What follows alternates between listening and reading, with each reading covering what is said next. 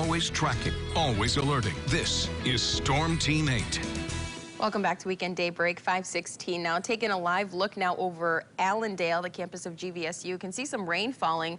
We still have some rain falling in areas of West Michigan. And Sarah, I know you said that some more storms are moving through, but thankfully we're no longer in the severe weather threat. Yeah, we should be in the clear of the worst of it, which is some good news as you're waking up this morning, but a good bit of damage across the area, really primarily focused on that wind. We saw wind gusts upwards of 70 miles per hour at times and a lot of trees down, good bit of power lines. Here's a photo taken from one of our assignment editors here, Brennan, but a lot of damage out there. And really, it was localized with a lot of those trees down. So here's a look in downtown Grand Rapids. Again, large trees, power lines down over a huge swath. Also saw some small trees. There's a potential we may have seen a microburst or even a low-level tornado or rotation there that took down some of it. We'll get more information on that later.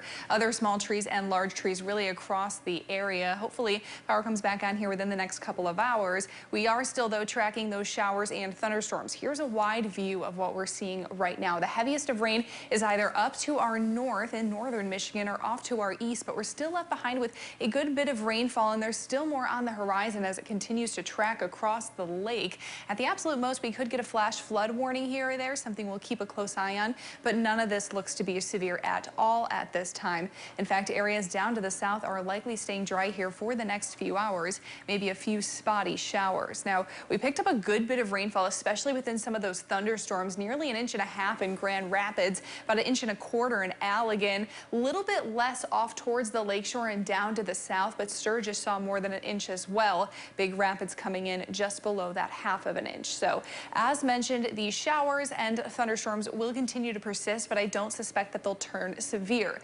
Good news is a cold front is going to catch up here pretty quickly, and that's going to help dry us out pretty fast as we head into those late morning, early afternoon hours. Now, ahead of the cold front, it's possible we could still have a few spotty showers, and some of those thunderstorms will continue to develop off to our southeast, but areas up to our northwest should be pretty much in the clear this afternoon. Of course, we'll have a good bit of cloud cover before we clear out as we move into those overnight hours. Those winds will shift as well. They'll be coming from the north, and that's going to pull in some cooler air. I don't want to completely discount the threat for a strong or severe storm, but I do think we're mostly in the clear. Again, if we do see one, it's going to be our furthest southeastern counties. A slight risk is out of our area, but a marginal risk does still include areas of Kalamazoo and Hastings. That's a level 1 out of 5 on our scale for reference. Otherwise, today will be a bit cooler behind this system. We'll see those high temperatures top off near 80 degrees. And finally, going to be a little bit cooler into those overnight hours, dropping down to those 60s.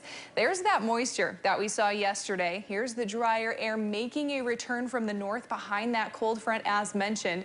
And that is good news for your 8-day forecast. 77 is your high on Monday, up to 82 on Tuesday. Will be mostly dry this week. The only chance that we're tracking besides today would be on Wednesday with a few isolated showers or thunderstorms. Otherwise, as we move into next weekend, it should be really nice out there. Plenty of sunshine, your temperatures sitting in those upper 70s to low 80s. Not too much to complain about really across the board there, Brittany. Yeah, I can't complain. Thanks, Sarah.